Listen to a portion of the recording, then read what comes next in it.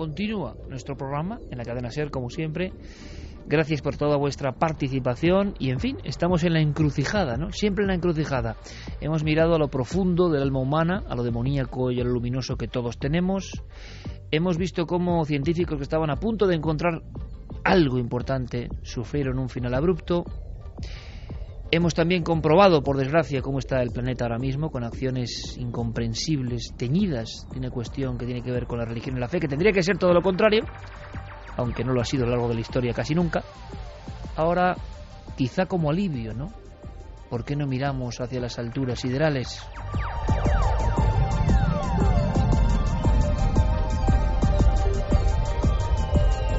Vamos a hablar de un congreso. Ha ocurrido con mucha polémica en Estados Unidos. Se habla de extraterrestres, además por parte de personajes que os van a sorprender por su currículum. Y en el fondo, ¿qué queréis que os diga? Después de lo que hemos contado, después de toda esta densidad oscura, al final eso de buscar hermanos cósmicos resulta hasta un alivio.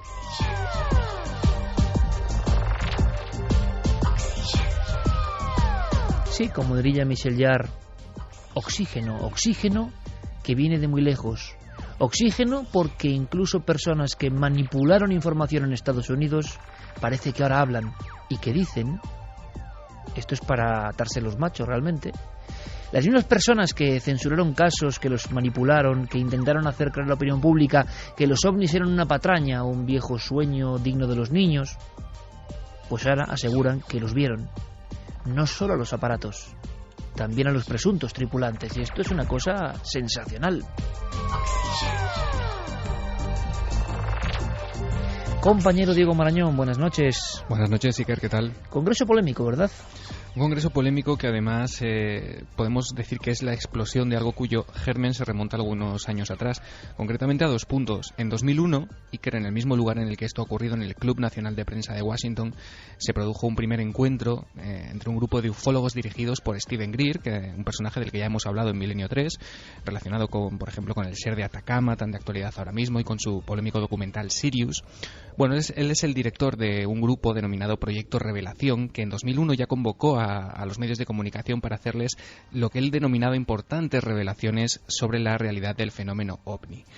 Luego, en 2011, hace apenas 2 años, este mismo grupo promovió una petición a la población norteamericana que fue trasladada a la administración Obama y que ésta se vio obligada a responder. Recordarás que hubo pues un gran impacto en los titulares, ¿no?, de la prensa, porque el gobierno de Estados Unidos respondía a esa pregunta, respondía sobre las supuestas comunicaciones del gobierno con extraterrestres. La Casa Blanca se vio obligada a decir, bueno, pues que no contaba con ninguna prueba de que existiera vida extraterrestre ni de que estos seres hubieran visitado la Tierra. ¿Qué ha ocurrido? Que la gente que no se quedó contenta, digamos, con esa explicación, que esperaban algo más, ha vuelto a reunirse ahora, Iker. Ha ocurrido entre los días 29 de abril y 3 de mayo.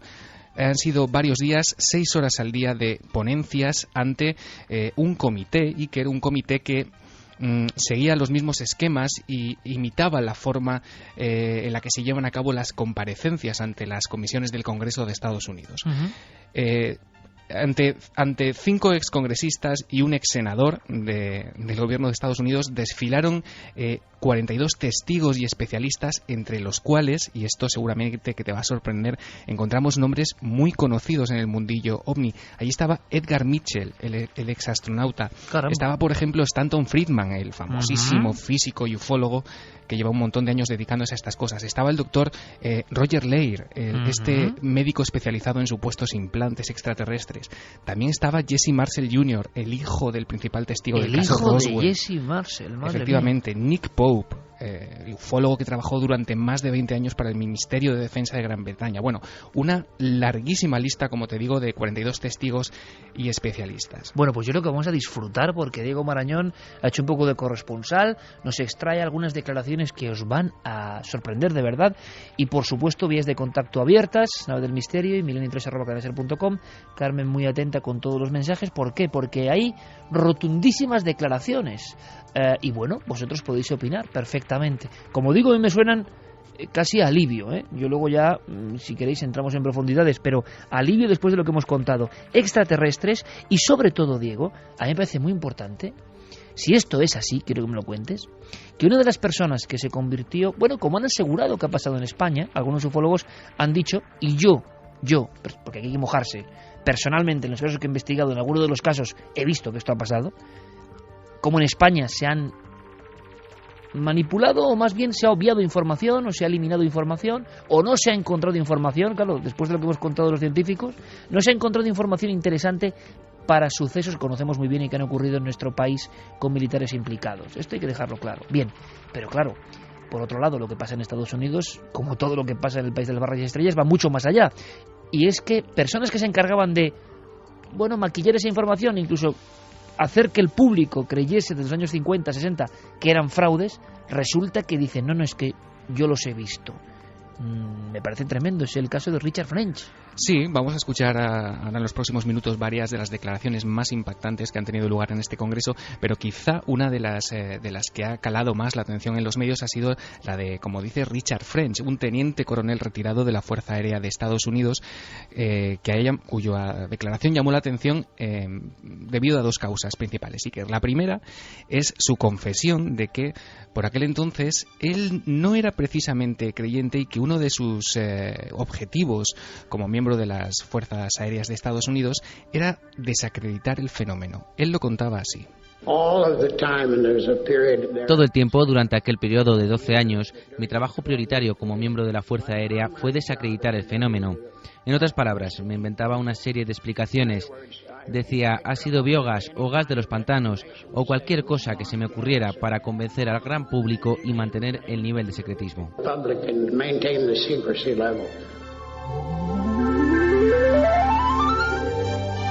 Qué bonito, antes hablando de músicas precisamente con el 40 aniversario de Tubular Bells, yo le decía a Javier Sierra en el pequeño estudio de las músicas, de alguna forma, que nadie me vais a permitir esta nota nostálgica, pasarán años, décadas, nadie para mí ha puesto sonido a lo que debe ser el espacio, como lo hizo en el año 76 un creyente en los ovnis, Jean-Michel Jarre.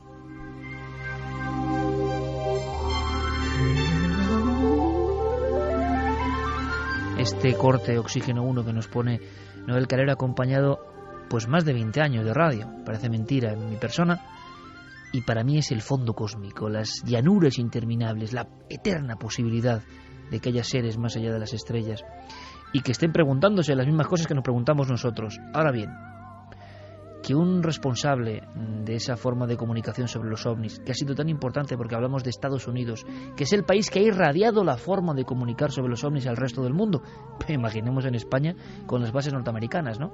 Ordeno y mando sobre este tema, gas de los pantanos, luces provocadas por fenómenos naturales, incluso rayos en bola, todo esto que luego se ha adaptado, ¿no?, a diferentes casuísticas en diferentes países. Resulta que por lo menos uno valiente, con redaños, dice, ¿estará en lo cierto? No lo sé, pero es singular lo de este país, ¿no? Va a un congreso y dice, es que yo me encargaba de mentir, Diego, es tremendo, ¿no? Sí, además, este hombre, Richard French, ha confesado que durante aquella época en la que le ocurrió esto que vamos a escuchar, él era uno de los investigadores principales del proyecto Libro Azul. Bueno, mientras él se encontraba colaborando en este proyecto, sus superiores le llamaron un día y le dijeron que tenía que desplazarse a Canadá, a la ciudad de San Juan de Terranova. Allí se encontraría un panorama bastante peculiar e incluso podría ser testigo de la presencia de dos seres. Primero vamos a escuchar al propio coronel retirado de las Fuerzas Aéreas contar qué es lo que se encontró cuando llegó a esta ciudad. Lo que vi entonces fueron dos ovnis, situados uno al lado del otro, pero al principio no pude ver a los seres que aparecieron después. Luego, al cabo de un minuto, tan pronto como alcanzó la superficie, aumentó su velocidad hasta unos 400 kilómetros por hora. Unos 20 minutos después volvió, desaceleró, para luego sumergirse otra vez junto con el otro ovni. Unas 2 horas después, y tras haber estado todo ese tiempo, supongo que reparando el aparato, los dos objetos salieron juntos a unos 160 kilómetros por hora, acelerando de nuevo hasta los 400 kilómetros por hora, hasta que les perdimos de vista y desaparecieron.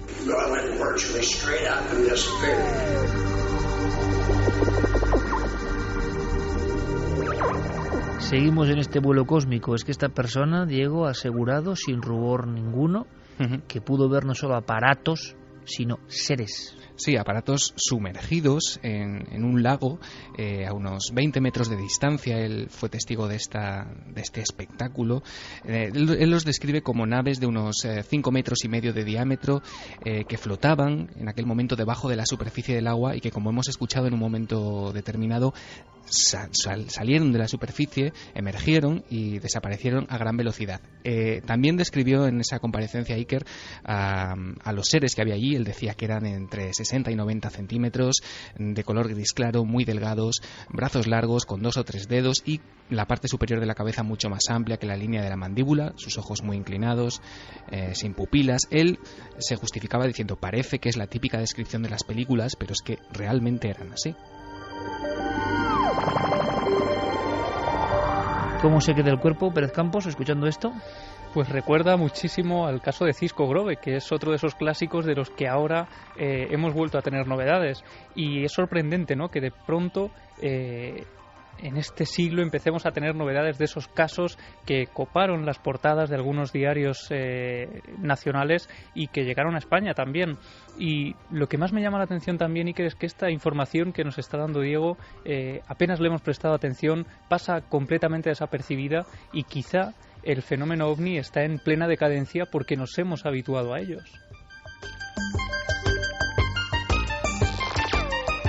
Carmen, no sé qué opinarás tú, son declaraciones muy sorprendentes, yo creo que inimaginables en España, creo yo. Y yo no sé también el calado, ¿no?, que vas observando en nuestras redes y en nuestra comunicación, porque cada uno pensará lo que quiera, que si es un grupo de personas que son muy crédulos, que son justo individuos que pertenecían a comisiones y que seguramente en esa comisión habrá otros que sigan siendo escépticos, lo que uno quiera, pero decir que ha visto seres ovnis sumergidos, un tipo que se encargaba de censurar la información o cambiarla, bueno, ojalá tuviésemos ejemplos así en España, ¿no? Bueno, son arrepentidos, ¿no? Sí, oye, qué buena definición, sí señor. Arrepentidos del fenómeno OVNI, ¿no? Cumplían también unas órdenes, que era el negar todo lo que estaba ocurriendo en los cielos. Pues aquí se ha hecho, en España ya sabemos que en algunos casos con objetos volantes no identificados se han dicho que lo que eran chimeneas, o sea que es que también tenemos a esa gente que intentaba hacernos creer que los cielos no se estaba viendo nada, que a pilotos de caza les decía que lo que habían visto pues era el simple reflejo de la luna, por ejemplo. No se lo cree nadie y muchos de esos puede que algún día se arrepientan de esas informaciones falsas que emitieron. Bueno, oye, esperemos que cunda el ejemplo. Sí, qué buen libro, no sé, lo he visto, ¿no? Como aquel de Pérez Mateos, importante en los 70, Los confinados. He visto la típica edición de Plaza y Janes antigua, lo digo así como lo siento. Qué gran libro sería ese, ¿no? Los arrepentidos. Pues nada, ponte a ello.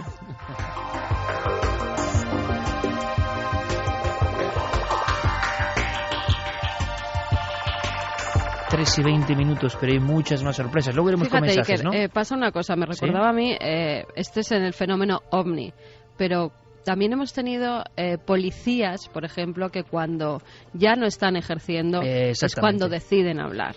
Como nuestro amigo Negri y tantos otros, exactamente, ¿no? Ya no hay presión del cargo. Que también eso pase en España. Parece que se va abriendo un poco. Antes era imposible que contaran que unos policías casi sacan la pistola ante un fenómeno paranormal. Hoy en día ya se puede contar. Bueno, estamos aquí desde luego, ponemos el micrófono a cualquier arrepentido que haya estado en nuestro país porque... En fin, si hablásemos de lo que algunos sabemos, es decir, es evidente que ha ocurrido, ¿no? Pero sigamos con este congreso polémico, porque se mezcla de todo, imagino, ¿no? Pero nos interesa la declaración para que vosotros penséis libremente. Esto ha pasado en Estados Unidos, como apuntaba muy finamente Javier Pérez Campos, y qué poca atención, ¿no? Quizá porque no interesa. Más protagonistas, más, de alguna forma... rueda de prensa que vamos a examinar, Diego. Sí, fíjate, uno de los que arrancaron en más aplausos del público, que se ganaron a la audiencia porque, bueno, realmente ves los vídeos de sus intervenciones y tiene un don de gente impresionante, es el señor Mike Gravel, que es un ex senador demócrata. Él fue senador por Alaska entre 1969 y 1981. Fíjate de qué cargo estamos hablando, que incluso este hombre fue candidato a la presidencia de Estados Unidos en 2006. Madre mía. Él ponía honestamente en duda algunas de las afirmaciones que estaba escuchando, por lo increíble que le parecían, pero reconocía sentirse bastante preocupado e impactado por lo que allí se estaba diciendo. Lo escuchamos. Es el colmo de la arrogancia humana pensar que somos los únicos seres con conciencia en las galaxias. Eso es arrogancia humana en su peor sentido. Lo que me inquieta es, después de haber escuchado los testimonios de ustedes cuatro y de haber leído los informes que han preparado para esta audiencia, es la cuestión del secretismo en sí mismo. ¿Por qué es necesario este secretismo? Y les hago esta pregunta a todos ustedes. ¿Qué amenazas creen que existe para la seguridad nacional? ¿Qué acecha esa seguridad?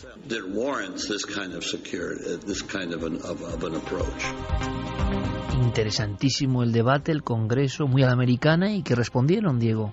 Bueno, pues uno de los que intentó dar alguna respuesta es ni más ni menos que el ex viceprimer ministro de Canadá y ex ministro de Defensa. Él estuvo sirviendo durante un total de 23 años en el gobierno de ese país, de Canadá. Él se llama Paul Hellyer. Remarcamos, Diego, ministro de Defensa de Canadá. Sí, ex ministro de Defensa y ex viceprimer ministro del país, nada más y nada menos. Así intentaba contestar o por lo menos dejar claro su postura totalmente creyente en la realidad del fenómeno, a preguntas como las que le había hecho hace nada Mike Gravel. Como les he dicho, mi nombre es Paul Hellyer. Soy el exministro canadiense de Defensa. Serví durante 3 legislaturas, durante un total de 23 años y medio, como miembro del Parlamento. Como ministro de Defensa tuve conocimiento de informes de avistamientos OVNI. Y lo que creo es que hoy estamos debatiendo sobre un tema imponente, gigantesco. Y el pueblo de América y todo el mundo tiene el derecho a saber qué está ocurriendo porque forman parte de ello. Los OVNIs son tan reales como los aviones que sobrevuelan nuestras cabezas.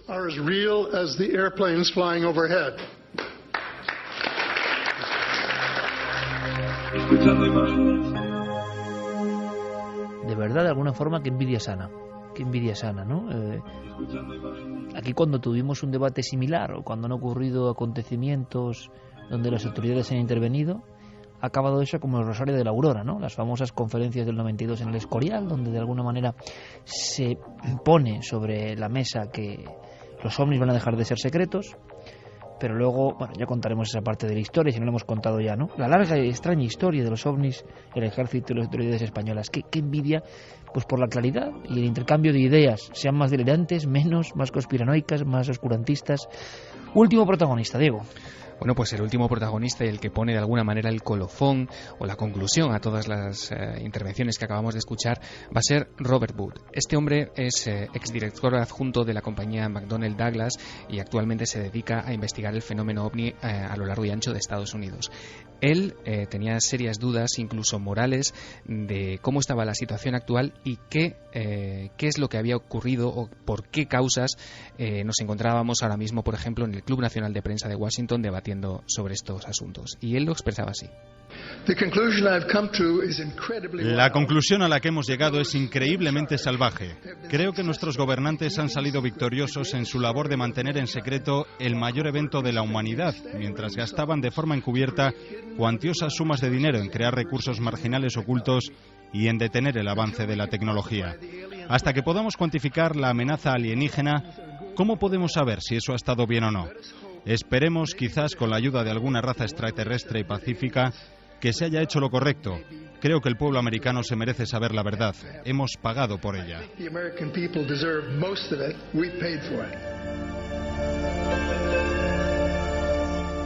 Esto ya es una declaración absolutamente convencida, para algunos quizá en exceso, y observando todas las ponencias, todo el clima, todas las críticas, que imagino que habrán sido muchas, ¿cuál es tu conclusión, Diego?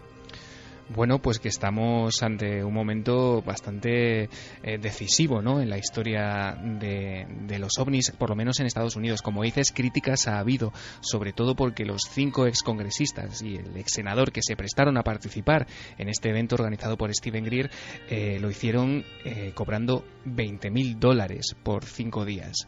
Eso ha dado pie a críticas por parte de los escépticos, de los más críticos con el tema OVNI. Y escépticos que hubieran cobrado lo mismo o pedido más, ¿no? Por Como supuesto, acostumbran en este país también. Por supuesto, y lo han hecho, lo sabemos.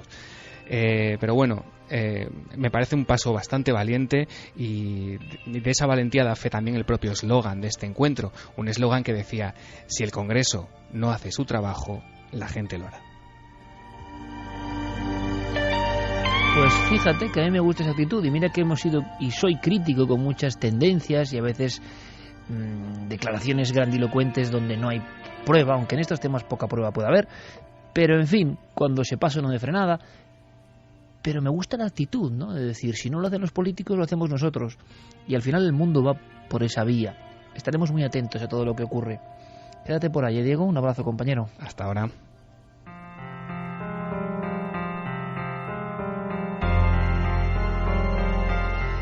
Nos metemos ya en territorios un poco más tenebrosos. Tenemos la historia de un hotel donde quizá sea mejor no pernoctar. Antes, ¿algún mensaje a destacar, Carmen, sobre lo que hemos escuchado? Sobre ese extrañísimo congreso por la apertura de la presencia extraterrestre.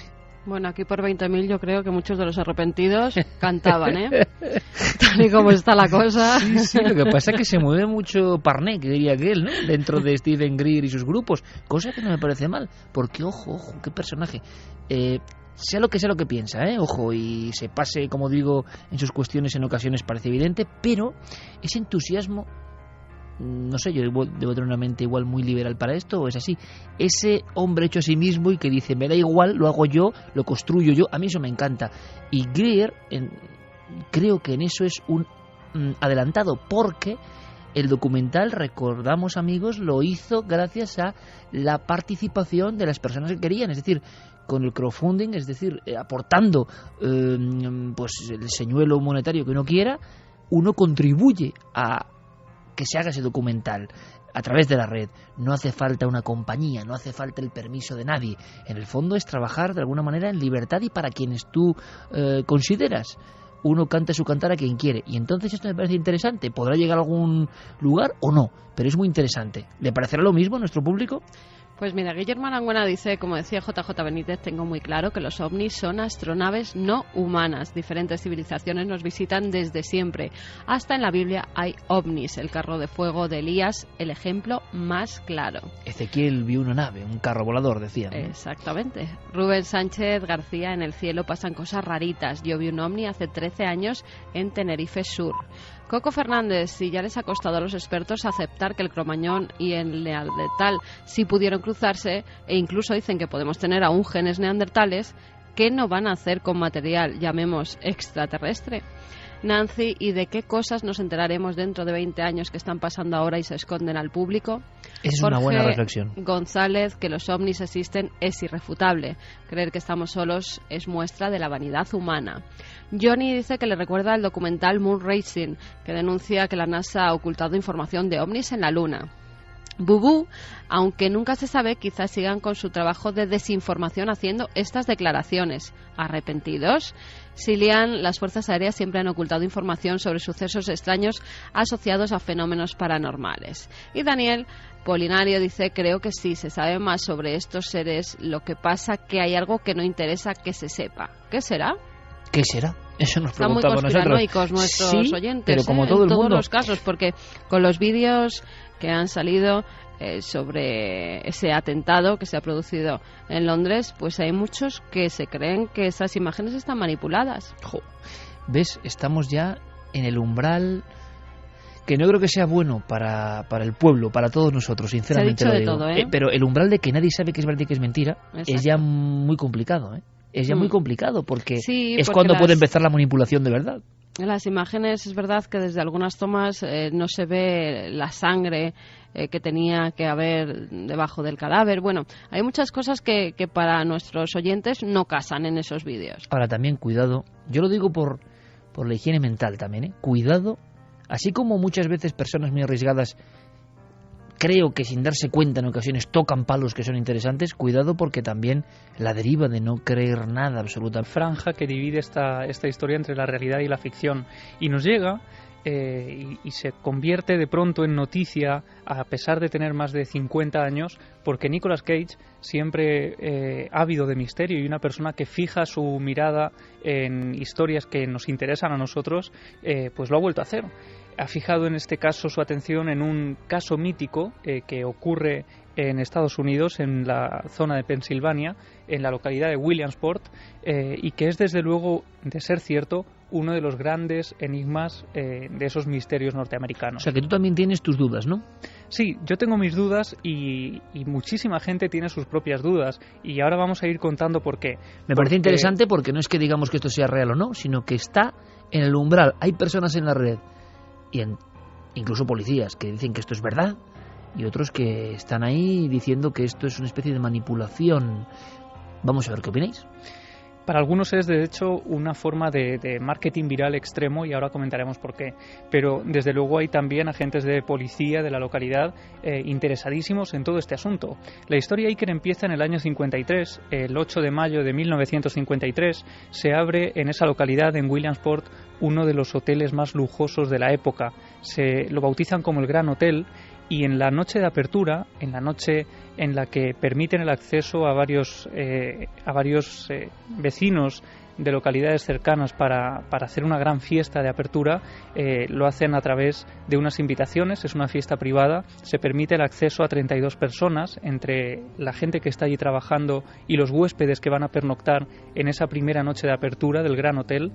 Y bueno, todo pasa con absoluta normalidad, con absoluta tranquilidad, con la calma de una fiesta a las afueras de Williamsport. Lo que ocurre es que a la mañana siguiente, cuando empiezan a llegar algunos medios de comunicación, nuevos huéspedes que quieren alojarse en el hotel una vez que ya se ha abierto oficialmente, al llegar a la recepción descubren que no hay absolutamente nadie. Empiezan a circular por algunas de las habitaciones, a llamar a las puertas, incluso algunos familiares de las personas que pernoctaban allí aquella noche, y descubren que no hay absolutamente nadie. El hotel está completamente vacío.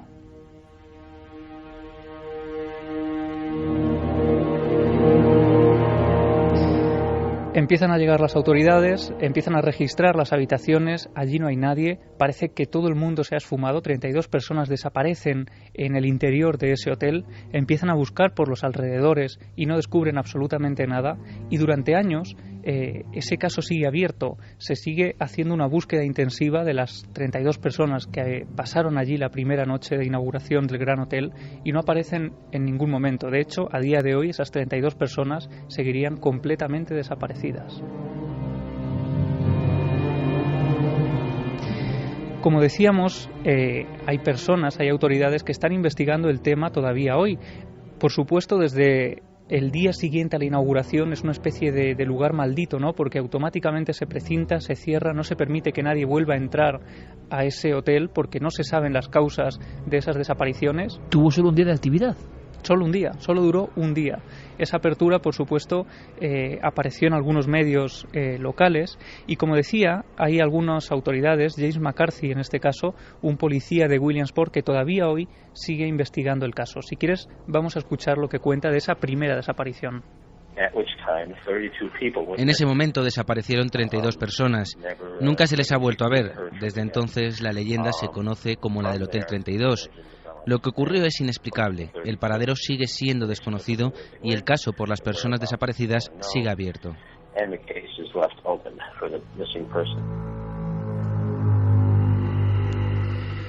El edificio permaneció durante largos años abandonado, concretamente 40 años, hasta que un vecino de Williamsport, Timothy Miller, que había escuchado la leyenda una y otra vez porque los padres se la contaban a los hijos para asustarles con ese edificio abandonado a las afueras de ese pequeño pueblo, pues este hombre, Timothy Miller, decide reabrir el hotel para convertirlo en una especie de escenario de lo paranormal.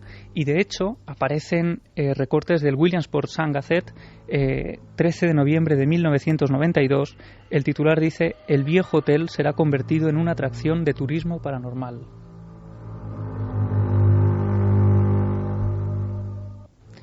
Una vez más, el edificio es rehabilitado, se conserva la estructura, pero se amuebla en el interior, se colocan televisores, se vuelve a hacer una especie de sitio adecuando el lujo al momento de la época, pero jugando también con la leyenda negra que arrastraba el lugar. Y desde luego la atracción de feria es un completo éxito porque la primera noche, de nuevo en la gran apertura, la segunda apertura del hotel, 40 años después, se llena por completo, se ocupan todas las habitaciones por gente ávida de vivir una noche de misterio y lo que ocurre, Iker, es que de nuevo A la mañana siguiente, después de la primera noche, desaparece una de las personas que habían dormido allí. Se esfuma en el interior del hotel y no vuelve a aparecer. Él estaba entrevistando a uno de los sospechosos en relación a esta desaparición misteriosa. Durante el vídeo que tenemos, todo transcurre en la sala de entrevistas, que está completamente a oscuras, algo muy inusual, sobre todo porque la conversación se estaba grabando para después volver a ser escuchada por partes y poder así tener alguna idea. Y por alguna razón inesperada, el vídeo se pone en negro. Y cuando regresa la imagen, el miembro de policía acaba de fallecer. No sabemos qué pudo pasar en los momentos previos a que esto ocurriera. Y es que, por si faltaban ingredientes, tenemos también una cinta de vídeo que parecen a veces necesarias en las leyendas urbanas, ¿no? En este caso estábamos escuchando de nuevo a James McCarthy hablando de lo que ocurre después de la desaparición de una persona más en el interior del hotel. Después de esa noche del 15 de enero del 93 pasa a bautizarse el lugar como Hotel 33. Y una vez más se vuelve a clausurar el lugar. No se puede permitir el acceso a nadie porque esta persona, en este caso un niño de 16 años, Jarrod Carr, ha desaparecido en su interior y no se sabe nada de él. Así que automáticamente la policía encarga la investigación a Richard Kaminsky, que es uno de los investigadores pues más importantes de la localidad porque había resuelto algunos casos anteriormente, y él estaba entrevistando a uno de los amigos de ese niño que había pasado la noche también en ese hotel. Y es en ese momento, según nos contaba James McCarthy, cuando las cámaras que están grabando el interrogatorio se apagan, y en ese momento en que se apagan, el investigador Richard Kaminsky cae desplomado en el suelo y fallece instantáneamente.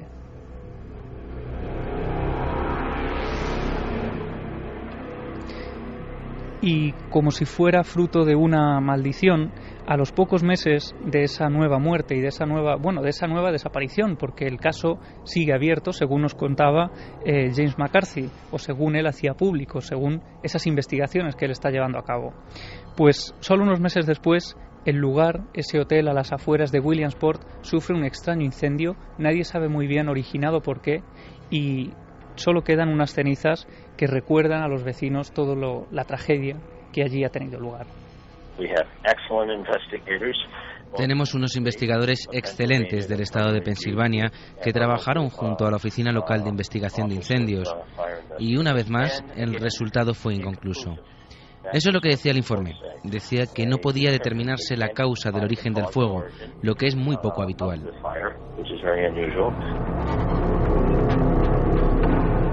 3:41, nunca había escuchado esta historia.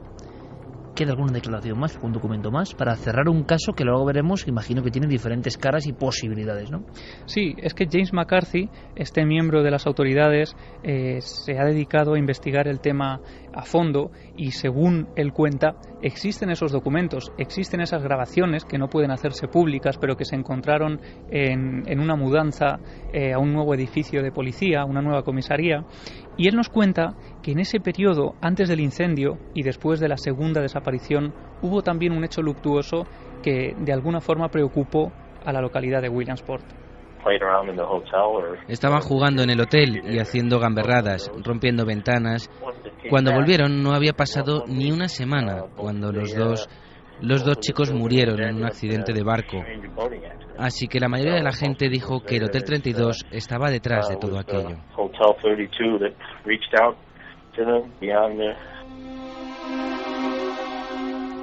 Y ahora imagino que las personas que cuentan que esto es una realidad, por eso interesa a Nicolas Cage, y otros imagino que hablan de generar ya, y esto empieza a ponerse de moda y también es complicado, una especie de caldo de cultivo pues para llamar la atención sobre esta historia antes de que se filme incluso.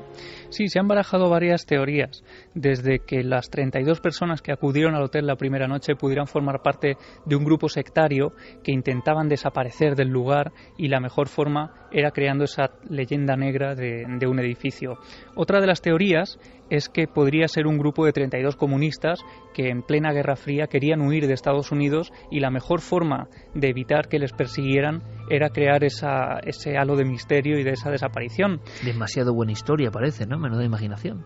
Claro, y existe una tercera teoría, que es que se trata de una especie de hoax, ¿no? Como se dice, una leyenda urbana que de alguna forma ha ido creciendo y ha ido aumentando pues por internet y por las páginas web. Lo que ocurre es que Nicolas Cage estaba pues convencido de que era una historia real hasta el punto de que ¿Él está convencido o participa en la leyenda urbana? Esa es la pregunta, ¿no? Claro, porque cuando Nicolas Cage se interesa por un tema, aparentemente podría ser que tuviera esa base real, ¿no? Lo que pasa es que en algunos sitios se está teorizando con que detrás de toda esta película hay un importantísimo equipo de marketing que llevaría meses e incluso años trabajando en esta tarea de marketing antes incluso de anunciar que se iba a empezar a rodar la película. Incluso como está pasando, que igual se desgasta esto también. Si se empieza a hacer esto y se acaba desgastando, peligroso.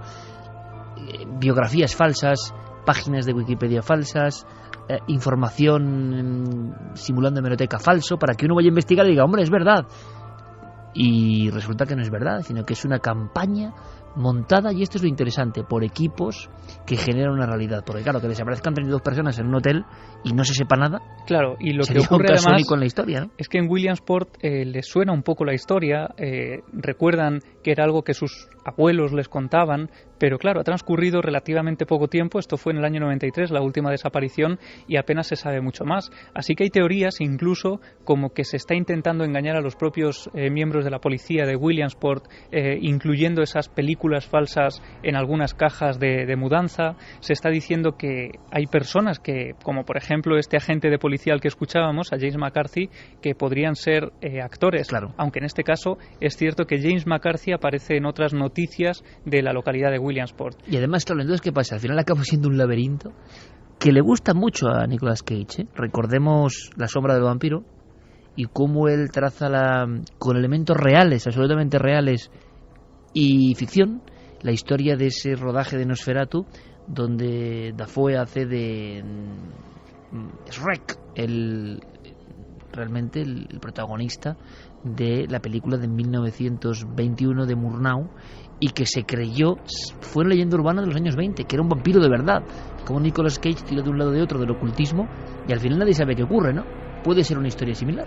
Sí, porque lo que les llama la atención además es que, siendo un caso en el que han desaparecido 32 personas en 1953 y luego otra persona más, en total 33 desaparecidos sin dejar rastro, nadie hubiera centrado su atención en esta historia antes, y sea ahora cuando empiezan a aparecer recortes de prensa como el del Williamsport Sun-Gazette, que es un periódico que realmente existe, pero que muestra ahora fotografías incluso de ese policía muerto en extrañas circunstancias. Así que, sospechoso. Claro, algunos están diciendo que esto podría ser parte de esa gran creación de un mito en torno quizá a una leyenda urbana real. Esa que me ha recordado en La Pinta, no sé, en La Pinta, esa historia como la de Rudolf Fentz, ¿no? El hombre que, embozado en una capa negra y una ropa propia de otro tiempo y demasiado opaca, ¿no?, para el verano de Nueva York, es atropellado, y en su tarjeta van descubriendo que es casi un viajero en el tiempo, que ha desaparecido muchos años atrás, ¿no? Y que al final se supo, con grandes investigadores como Chris Aubeck en este caso,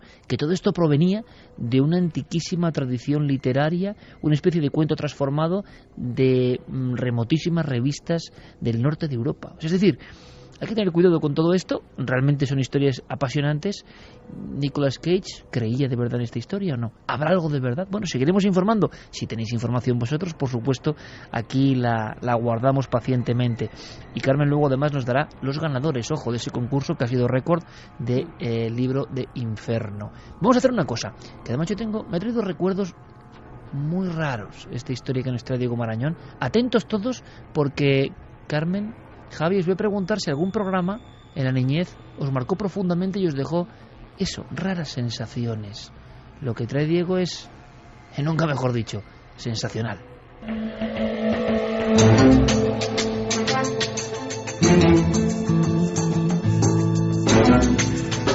Luego tendré aquí una sorpresa musical que le he pedido a Fermín, y a lo mejor le ponen los pelos de punta a más de uno. Si es de mi quinta, del 73, igual sí. Luego lo comentamos, porque hablamos, Diego, de televisión y cómo programas que parecen infantiles se cuelan en nuestro cerebro y en nuestra alma de una forma demasiado tremebunda. Antes teníamos una historia por resolver con un porcentaje, una encuesta concreta. Carmen, no sé si tienes los datos por ahí.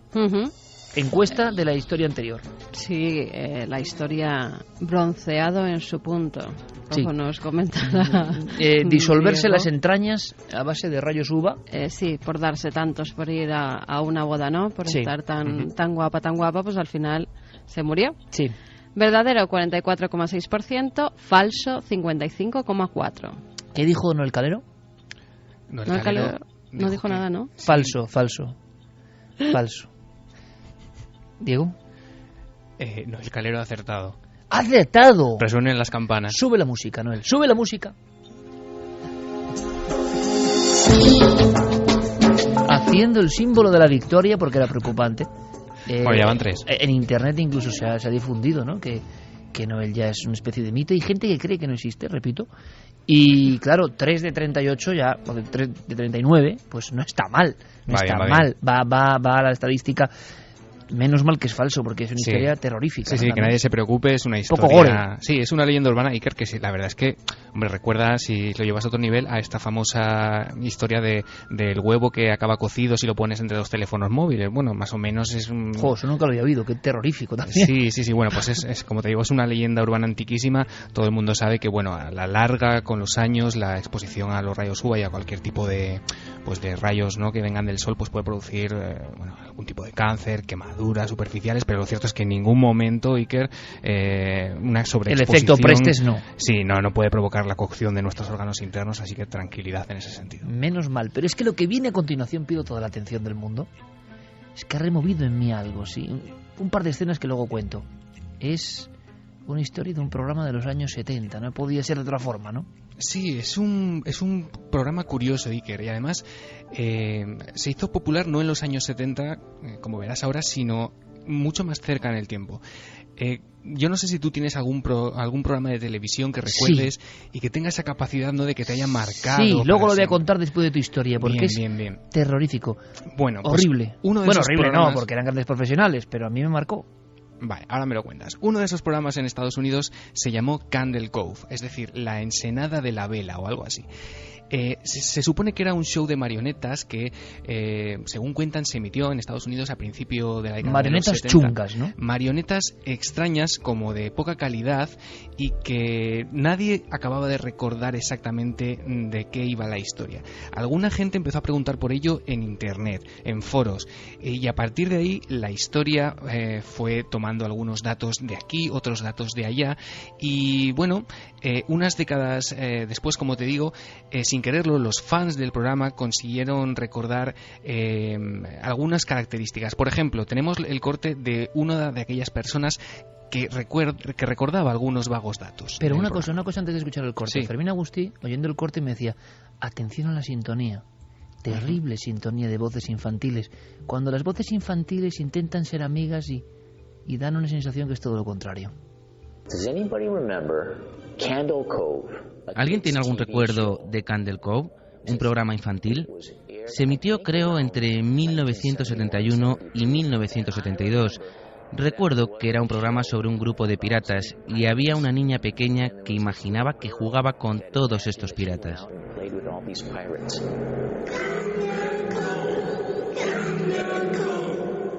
Recuerdo que había un personaje realmente terrorífico, una especie de esqueleto, una marioneta a la que llamaban el señor Arrancapiel.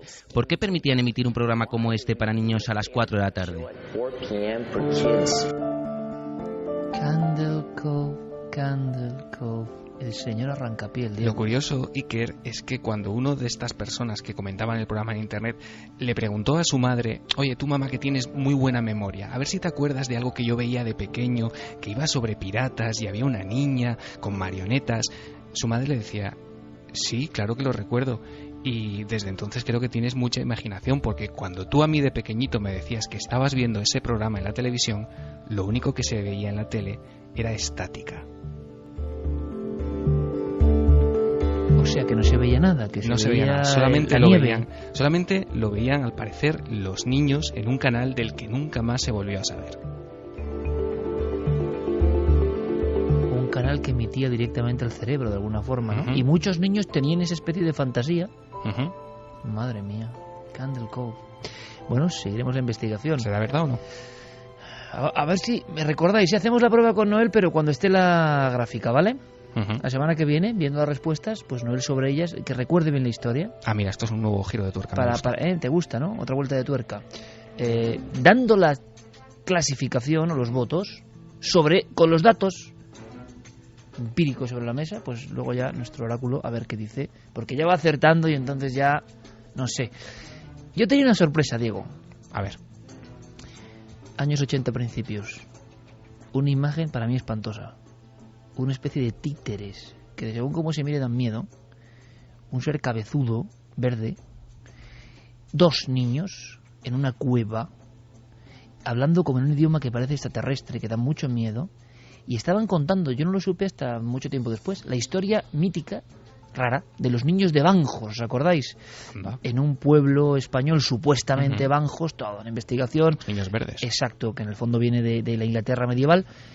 Vienen de otro planeta y aparecen en una cueva y son niños verdes y el pueblo intenta darles comida, una niña muere, o sea, un drama tremendo. ¿Qué hacía eso para los niños con títeres?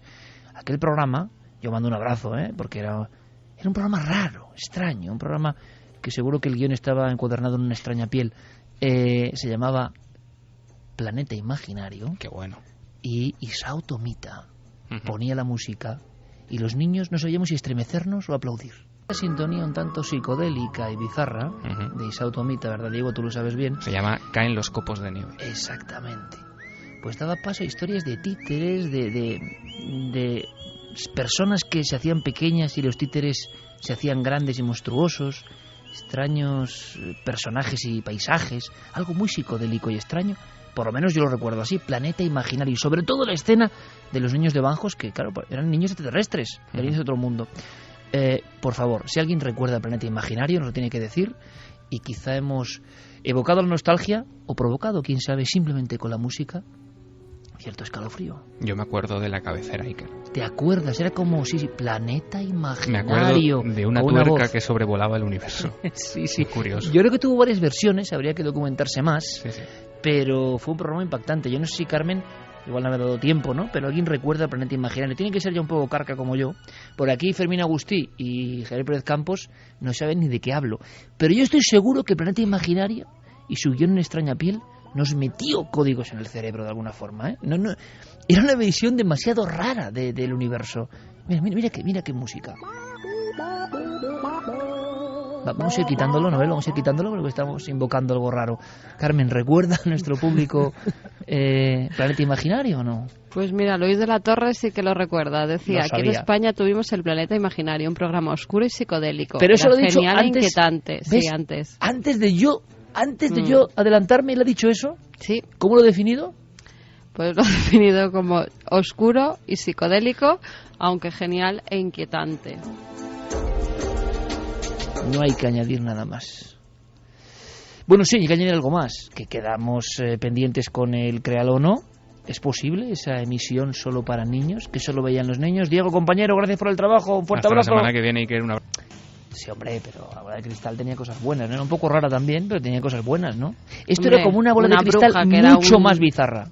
Una bruja un tanto extraña y psicodélica también, y que decía cosas raras y a ver, salían muñecos. Hazme caso, nada que ver. O sea, tú no has visto Planeta Imaginario, ¿verdad? Yo no, Ya, por eso por eso. mi mente no está como la tuya. Por eso, tú te salvaste. No, yo sé que no es lo mismo. ¿Tú, Javi? Pues a ese nivel no, yo recuerdo algunas que estaban hechas adrede para traumatizar a los niños, como la A ver, serie cuidado, de Pesadillas. Era una serie en la que cada vez le pasaba algo terrible a un grupo de niños, Ah, eso y no había sabía yo. una que un niño se compraba una máscara de Halloween, se la ponía un día, no pasaba nada, pero al segundo día no podía despegársela de la cara y empezaban a salir gusanos de las cuencas de los ojos. Pero hay una cosa peor en el terror, que es cuando no se quiere dar terror. Que tengo que dar los ganadores. Venga, vamos allá. Venga, que os enrolláis. Vamos con los ganadores de Inferno. La pregunta era ¿cuál es el objeto más preciado para Robert Landon? La pluma que le regaló su abuelo, reloj de Mickey Mouse o su jersey de la Universidad de Harvard.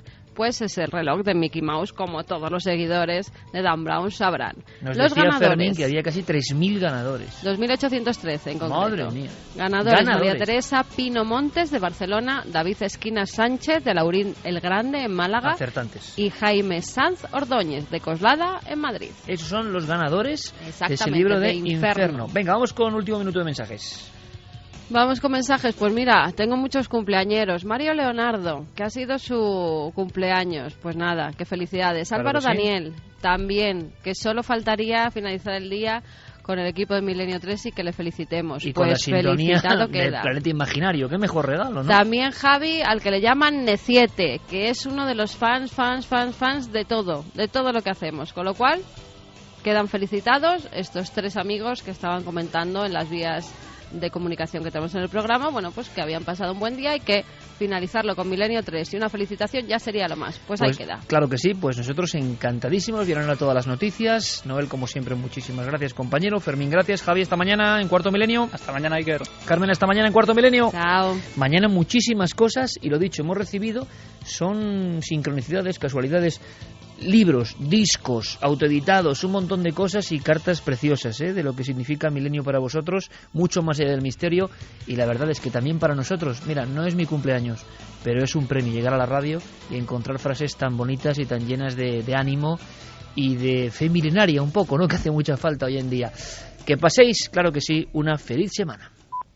Escuchad, porque esto que pone en el calero es AO, el último neandertal, la película, la historia en Francia del último niño de su especie, los neandertales. Cuando lo escucho a veces me pregunto cómo cantarían realmente, si es que cantaban. ¿Hablaban? ¿Qué sentimientos tenían? ¿Soñaban? Esos niños solitarios que muchas veces han aparecido en lugares sin nombre, lugares que han sido bautizados precisamente por el hallazgo de un esqueleto, un pequeño trozo de cráneo, una mano.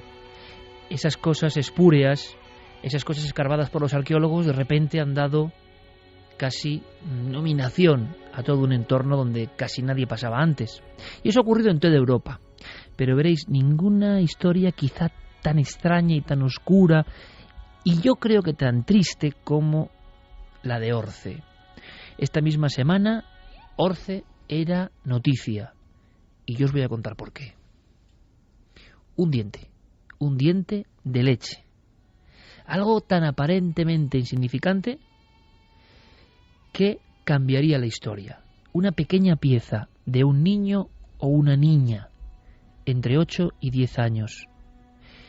Y una vez más uno piensa, yendo más allá del objeto, ¿cómo sería aquel niño o aquella niña? ¿Qué pensó? ¿Por qué encontró la muerte en ese sitio? ¿Cuál fue su último pensamiento? ¿Tenía frío? ¿Tenía hambre? ¿Era feliz? ¿Le atacó alguna fiera?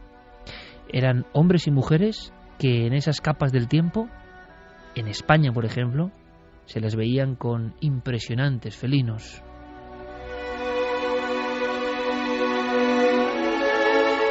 Y veréis, hay una vieja historia que os voy a contar para explicar lo que ha pasado esta misma semana. ¿Por qué ese diente de un niño o una niña que ha sido catalogado con una fecha asombrosa? Y aparte que parece que no caben dudas. Pero antes de eso, antes de esta historia que ha pasado hace unos días, vayamos a un día soleado de 1982. Hay un hombre que da clase de ciencias en varios institutos, paleontólogo vocacional absolutamente, apasionado, José Gibert. Un hombre que pasó también a formar parte de una extraña polémica. En 1976 él descubre un lugar prácticamente abrasado por el eterno sol de Granada, la Venta Micena. Y allí, investigando, pasando muchas horas, sin ayuda de nada ni de nadie, ese arqueólogo, a caballo en un principio entre la pura afición y la profesión, ese hombre que nada más salir de clase se marchaba directamente a ver si encontraba extraños restos. Hubo un día, como digo, por el mediodía, que en 1982, en plena canícula, encuentra un pequeño trozo parecido a una galleta de hueso. Esa galleta de hueso, en verdad, era una fontanela.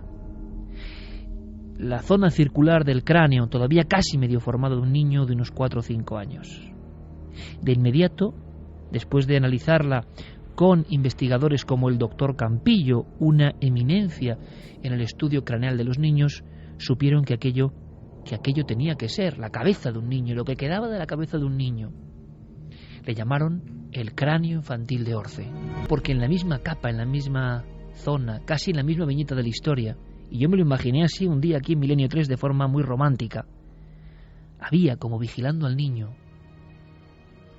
Quizá no fuese enemigo, sino amigo, nadie lo sabe muy bien, pero muy cerca de ese resto de un niño, que era el niño más antiguo de Europa, se encontraba la impresionante efigie en perfil de un esmilodón, de un tigre con dientes de sable, que fue el rey de las criaturas de la Granada de hace cientos de miles de años.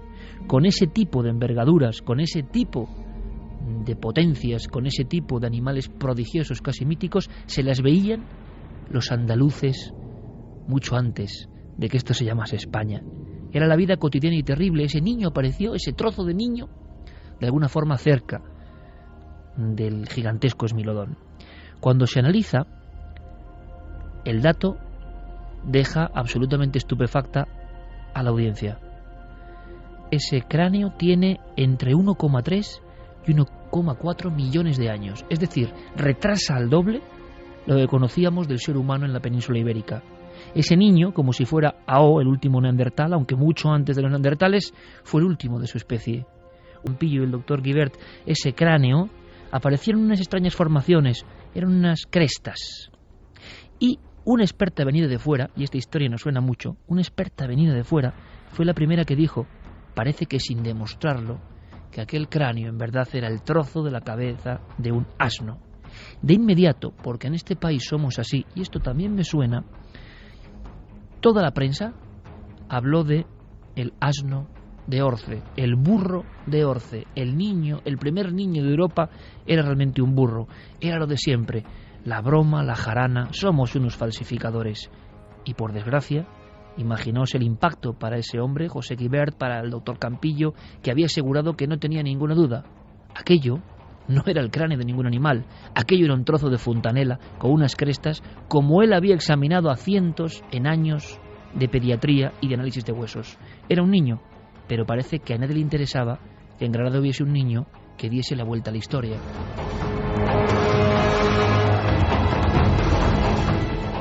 Tan es así que toda la prensa y muchos especialistas hicieron caso a los especialistas, valga la redundancia, ingleses, los que dijeron que aquello era el cráneo de un animal, que España seguía en las catacumbas de la investigación, de alguna forma, que era un trágico error. Durante muchos años, José Guibert mantuvo, junto con el doctor Campillo, que aquello efectivamente era un cráneo. Es más, el doctor Campillo, Domingo Campillo, convencido de lo que estaba ocurriendo, hizo un libro, El cráneo infantil de Orce, porque no sabemos nada de ese niño, ni de su cultura, ni de quiénes eran, por qué convivían ahí con los felinos de alguna forma. Bueno, hemos hablado con él. Él ya hace muchos años habló con Milenio 3. Y es muy bonito ver cómo un especialista en cráneo infantil, de alguna forma, sigue manteniéndose en sus 13. Ahora estas palabras tienen un especial valor. Le escuchamos. El cráneo de Orce se encontró a finales, en diciembre de 1982.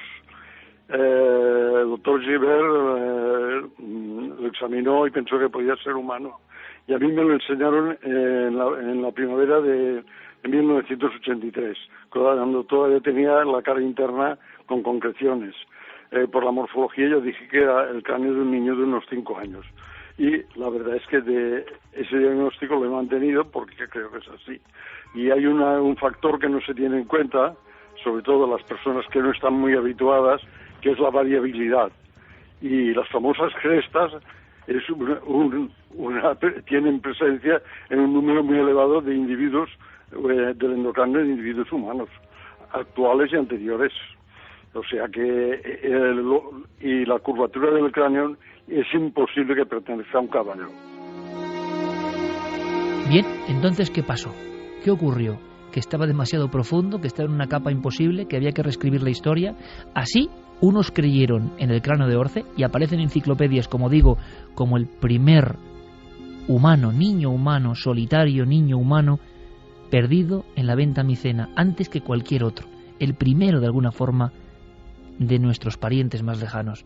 Y sin embargo, muchos otros, mayoría hay que decirlo, catalogan esta misma pieza, esta fontanela, como asno, error, fraude. Se descubre de alguna forma a Atapuerca los increíbles hallazgos indudables que son la mitad de antiguos, de alguna forma los más importantes que lo de Ventamicena. Pasa el tiempo. El profesor Guibert muere. Lo último que hace es un libro para niños. ¿Quiere ser paleontólogo? Que alguien haga un libro así, como libro póstumo, dice mucho. Cuando muere su familia, nadie importante en nuestro país, desde luego. Es más, los investigadores que ahora han descubierto el diente dicen que lo otro es otra cosa. Es decir, sigue el malditismo en torno a la fontanela. Qué curioso que apenas a unos metros se descubra otro resto y tenga la misma asombrosa cronología, 1,4 millones de años. Y uno piensa que quizá el profesor Guibert, que era un hombre entusiasta, que igual no tenía los contactos que tenía que tener, se encontró la pieza inesperada y como la tenía él, la examinaba él, la mostraba él, como tantas otras veces, no le hicieron caso. Y yo tengo que decirlo, me recuerda mucho esta historia a la de Marcelino Sáenz de Sautuola en Altamira. Descubrió una cueva por su intuición, por su pasión. Quiso dar el conocimiento a su propio país. Fue la propia vecindad y los propios investigadores locales los que le atacaron y le llamaron farsante. Y después de muerto, fueron los franceses los que dijeron: usted tenía razón. Nadie ha dado la razón a este hombre que descubrió la fontanela de ese niño sin nombre en la Ventamicena. Pero curiosamente, como si la historia se repitiese, injusta y dramáticamente, ese otro resto, quién sabe si del mismo niño, aparece poco más allá. No estaría quizá tan loco. A lo mejor tenía razón ese investigador que hoy yace en ese lugar absolutamente agreste, la Ventamicena. ¿Qué pasó en Orce? Ya nadie puede discutir que eso que parecía herejía puede ser una verdad. Niños, hace casi 1,5 millones de años, convivían con las bestias, soñaban, miraban a las estrellas, cazaban, amaban. La increíble historia, no mucho más allá, simplemente en ese pequeño lugar de Granada. Le preguntábamos, por supuesto, al doctor Domènech Campillo, hay que imaginarlo, bata blanca, examinando el extraño cráneo y diciéndole sin dudar a José Guibert, sudoroso, que se lo trae: no tengas dudas, he visto cientos como este, es el cráneo de un niño. Imaginamos a José Guibert casi sin creerlo, pero es que parece que tiene 1,5 millones de años. ¿Qué dice ahora Domènech Campillo? Casi le dábamos nosotros, nuestro compañero Fermín Agustí, la noticia de que en ese yacimiento, en ese entorno, un diente de la misma edad imposible. Esto nos contestaba. Ahora que han encontrado un diente, lo raro es que no salieran más piezas de homínido si se excavara, pero es que en Orce interrumpieron las excavaciones y ahora han empezado. Y ahora dicen que han encontrado piezas de huesos fracturados de cráneo, ¿no? Las diáfisis, huesos largos, que es típico.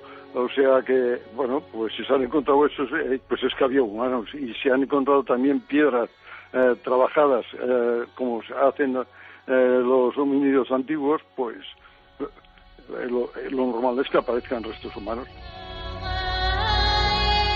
Conclusión rápida y sencilla, agradeciéndole al doctor Campillo su disposición como hace ya 6 o 7 años, cuando hablábamos de Orce como gran misterio. La primera, que ahí tuvo que pasar algo asombroso y que habrá que descubrirlo. La segunda, que no tenemos ni idea de nuestro propio pasado. Y conforme más cercano es, peor. Y hay una tercera, sí, que somos un país sin remedio. La portada del Papus, por ejemplo, fue un burro diciendo: el hombre de Orce es este, y haciéndolo hazme reír, porque esa revista con esa portada tuvo una difusión internacional. Los propios arqueólogos se reían. Vaya broma. Igual ahora alguno se está arrepintiendo, porque allí había, efectivamente, como decía Guibert, aunque su trozo de cráneo incluso no fuese verdadero, como él dijo y creyó hasta el final, hasta que se convirtió en ceniza, allí, en su sepulcro, había seres anteriores a cualquier otro en Europa, y no se equivocaba. Nunca antes habías estado tan cerca de lo desconocido. Milenio 3. Cadena SER.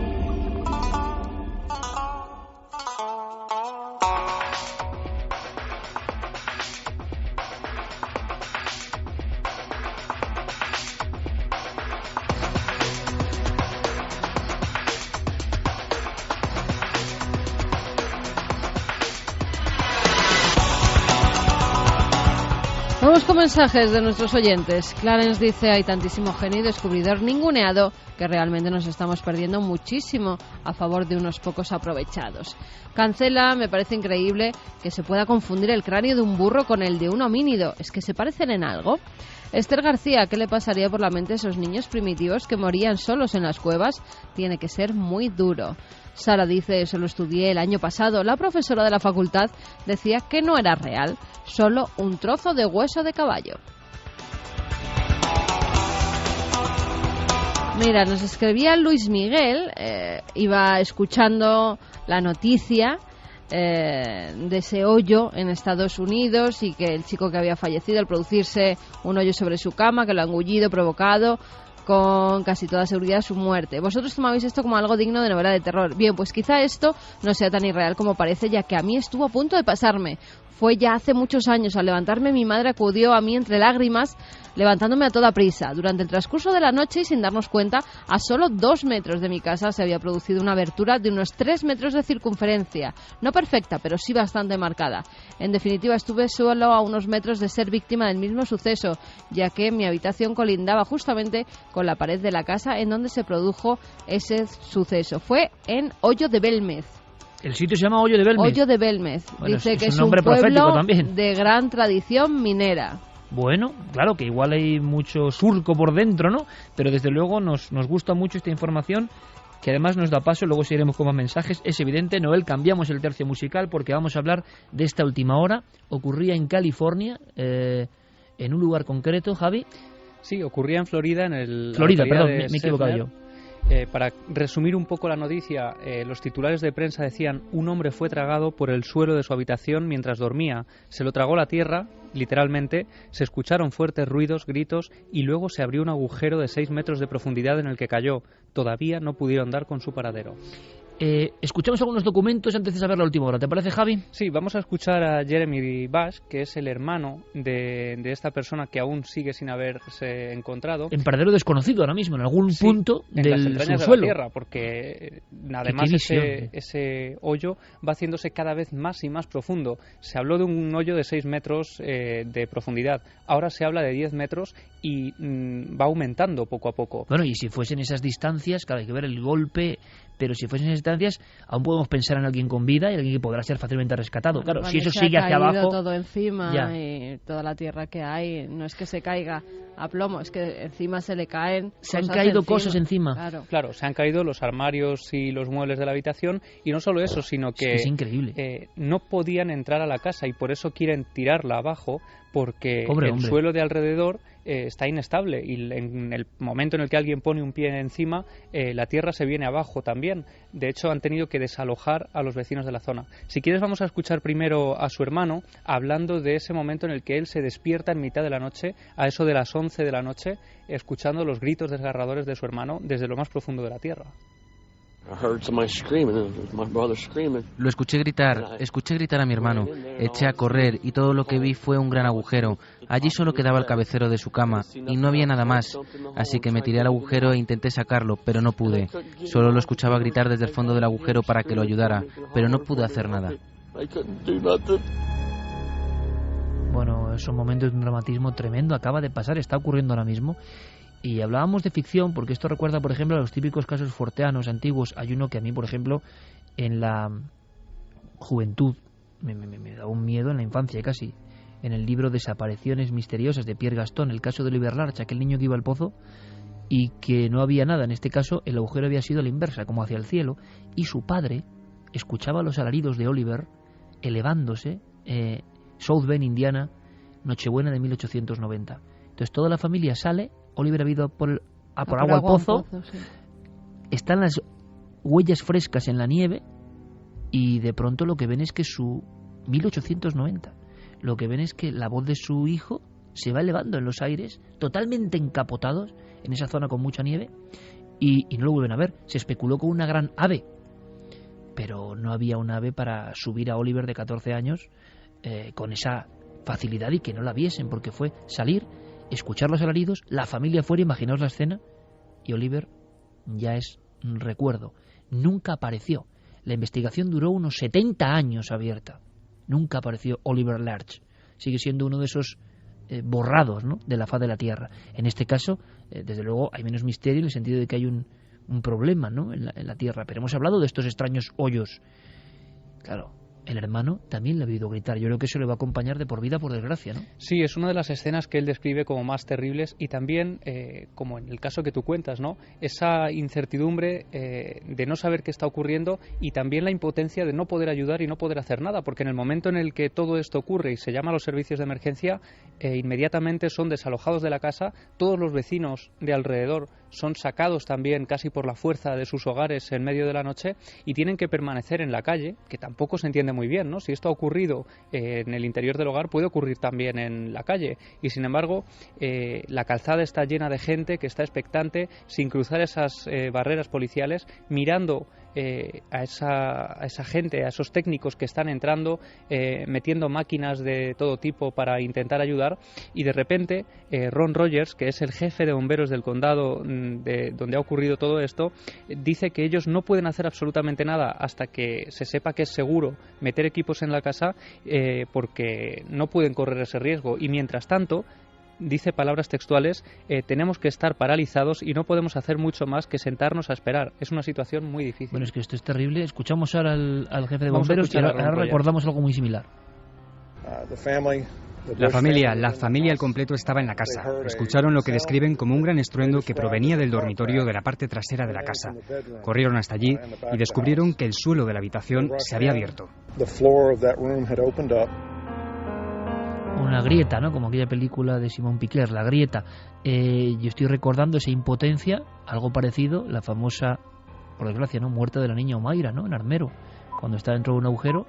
Y es un cámara de televisión española el que además registra esas imágenes terribles de la niña hundiéndose poco a poco. Está en unas aguas. Aguas. Sí, eran unas aguas y se había quedado cogida por los pies por todo lo que había debajo. Y por su propia madre que estaba abajo. Y por su propia madre que estaba muerta justo debajo de sus pies. Y entonces, imaginaos esos periodistas que están filmando, creo que fue la imagen 1 más recordada de la historia de los 80 en televisión española, y no pueden hacer nada.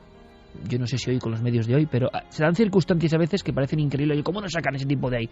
Bueno, pues a veces es que parece imposible, ¿no? Con lo cual la impotencia y el disgusto de la familia tiene que ser increíble. Claro, es que aquí hay una maniobra que tienen que llevar a cabo actualmente y es, como decíamos antes, derribar la casa. Ya se ha dicho que se va a hacer mañana por la mañana, van a tirar todos los muros de la casa. Pero lo dejan, o sea, no pueden hacer nada por meter un gancho, no sé, algo para sacar a ese hombre que igual está vivo ahora mismo en mitad de la oscuridad. Claro, no lo han escuchado hablar, pero precisamente por eso han metido importantes equipos de micrófonos para intentar captar cualquier voz, cualquier alarido, cualquier cosa. No se ha escuchado nada y no solo eso, sino que ya han perdido varios equipos que han ido metiendo en ese agujero. Poco a poco se ha ido haciendo más y más hondo y han sido incapaces de recuperar esos aparatajes que se van perdiendo en ese hoyo. No solo eso, sino que ahora han empezado a surgir las voces de diferentes expertos de la zona. Por ejemplo, Taylor Yarkowski de Brooklyn es un experto en este tipo de pozos que aparecen de repente en medio de la montaña o en medio de esas ciudades que hemos visto en Cuarto Milenio, ¿no?, hace varias temporadas. Y él hacía la comparativa de este tipo de agujeros como los agujeros que uno puede encontrar en un trozo de queso, decía. Y sus palabras han alarmado bastante a la población, como decía, porque ha dicho textualmente que esto puede ocurrir en cualquier casa, y esto ha dado lugar a que la gente que había sido retirada casi por la fuerza de sus hogares vuelva a entrar para recoger sus pertenencias personales, y algunos estén pensando ya ahora mismo en vender sus hogares. Si quieres, Siker, vamos a escuchar a la periodista que está allí ahora de la BBC contando la última hora y contando cómo se está viviendo el ambiente en esa zona. La familia aún está en el exterior de la casa, permanecen en la calle con los vecinos, observando muy de cerca las labores de rescate. Estaban muy afectados y frustrados esta tarde cuando los miembros de rescate aún no habían encontrado a su familiar, y justo ahora las previsiones no son nada buenas. Esto también nos hace reflexionar, imagino, digo yo, no lo sé, cuando te llega una noticia de este tipo que parece imposible, sobre la futilidad y lo frágil de la vida. O sea, ¿quién va a pensar en su vida? Ese muchacho tendría sus sueños, sus estudios, su trabajo, su pareja, no lo sé, su vida, que de repente se va a quebrar el suelo a tus pies. Pero es que esto ocurre muchas veces. Yo recuerdo, bueno, muchas veces, pero la tragedia y la fatalidad, ¿no? Recuerdo casos de conocidos o de amigos, de conocidos. Uno que me impresionó mucho, de un compañero nuestro, conocido, que iba a una boda en un taxi, una chica en concreto, y en mitad de Madrid, en un taxi, hay un cruce malo, un golpe con tan mala suerte, que sin que le ocurra nada al taxista, pues ella pierde la vida. Y iba a una boda, una chica joven, en una de las calles normales y habituales de Madrid, o sea, donde no imaginas un golpe, pero la fatalidad. Yo recuerdo también otro caso ¿os acordáis? Sois muy jóvenes, pero del caso del cine Fuencarral, el cine Bilbao, que se cayó una marquesina en Madrid, en la calle Luchana, encima de la gente que estaba esperando la cola del cine. O sea, tú estás esperando con tus hijos. Yo recuerdo que fueron 6 o 9 muertos, no me acuerdo. Pero a mí aquello, recuerdo que hice un artículo en el periódico de la facultad, muy impresionado, porque fue la primera vez en mi vida, yo creo, que pensé lo frágil que es esto y no nos damos cuenta, ¿no? Alguien con el ticket, de la mano con su hijo, el abuelo con él, y se cae la marquesina de piedra y se acabó todo. Entonces, otros casos por un viento en Madrid, recuerdo, porque impresiona mucho que en Madrid, que es algo tan estructurado, ¿no? Pues pase esto, que se cae una marquesina encima, un cartel de publicidad, y mata a una chica sola que está esperando el autobús, creo que en la zona de Moratalaza, aquí en Madrid, y tú dices, esa chica tenía su vida, y ¿cómo alguien va a imaginar que pueda pasar esto? Bueno, pues la vida, la fatalidad, que es algo que no queremos ni aproximarnos, pero que demuestra también el juego, la fluctuación de cosas y de casualidades a las que no damos importancia y que están en movimiento en cada una de nuestras vidas. Lo raro es que no pase más, porque yo siempre lo pienso y lo raro es que nos estemos librando. ¿Tú te acuerdas de una vez que veníamos, yo creo que para la radio, hacía un viento espantoso y justo cuando pasamos detrás de un árbol se nos cayó una rama enorme que nos podía haber matado? Muy poquito después de que pasara uno de esos accidentes y pensamos, joder, es que nos podía haber pasado a cualquiera de nosotros. Y tú recuerdas el equipo entero de Cuarto Milenio comiendo en Gran Vía, ahí en un sitio cerca donde teníamos gente de la oficina, salir en un sitio absolutamente de tránsito y que se caiga una cornisa con unas piedras impresionantes que nos hubieran matado, y que a Gerardo Peláez le hicieron, nuestro jefe de redacción, le hicieron una herida en la cabeza, cayó al lado del... Es decir, rebotaron en el toldo que estaba abierto. Rebotaron en un toldo, porque... Vamos a ver, conclusión de todo esto, si era una conclusión positiva. Vivimos tan en el... Aunque no queramos verlo. La vida es una complejidad de elementos interconectados. Y vivimos en el hilo del funambulista. Claro, en esta vida que todo está estructurado, pensamos que mejor no, que eso no va a pasar. Y oyes a la gente diciendo, yo dentro de 4 años me voy a casar y dentro de 5 voy a fundar una empresa. Vivimos en el hilo del funambulista. Por lo tanto, la única enseñanza es, oye, no te angusties en exceso, no pierdas el tiempo con tonterías, no te vayas a las sombras, ¿no? Intenta hacer las cosas bien, porque la vida no sabes tampoco en qué momento, con su extraño manotazo, que a veces ocurre y no sabemos bien por qué, ocurren cosas que parece que tienen que ver con, no sé, con cosas que no entenderemos nunca y que igual tienen una comprensibilidad más allá. Pero esto ocurre, pero claro, es que el caso en concreto de Florida supera todo lo imaginable. Bueno, vosotros habláis de la fatalidad puntual. Mañana en Cuarto Milenio contaremos con este caso que me tiene absorto, ¿no? De los Alfaques, julio del 78, 215 muertos por ese camión cisterna con propileno líquido. Se genera una especie de infierno, decían algunos periódicos. Los periódicos de toda Europa hablan de un infierno en Tarragona, es la palabra que más se repite. Bueno, pues ese día, Iker, y lo contaremos mañana también, hay una persona que se salva porque se marcha al pueblo a hacer unas gestiones y deja allí a su mujer. Su mujer fallece en el incendio, en toda aquella tragedia. Él reconoce el cuerpo de su mujer completamente carbonizada entre esa lista de víctimas, ¿no?, aquella noche, y poco después el hombre consigue rehacer su vida, consigue salir adelante, conoce a otra mujer, se casa rápidamente con ella, y cuando se cumplen exactamente el primer aniversario de la tragedia de los Alfaques, recuerda también que es el incendio del Hotel Corona de Aragón en Zaragoza. Otra vez la fatalidad quiso que la mujer de este hombre estuviera alojada en ese hotel de Zaragoza y perdiera también la vida carbonizada.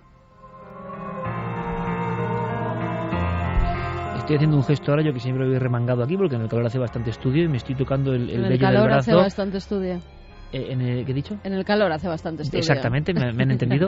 Me he tocado aquí el vello del antebrazo, diciéndole a Javier, acabas de poner los pelos de punta, porque esto no estaba pensado, como tantas otras cosas en el programa, pero es que la fatalidad es un misterio enorme que nos deja con una sensación de perplejidad y de no comprender, ¿no?, los resortes de la vida, no esperar esas cosas.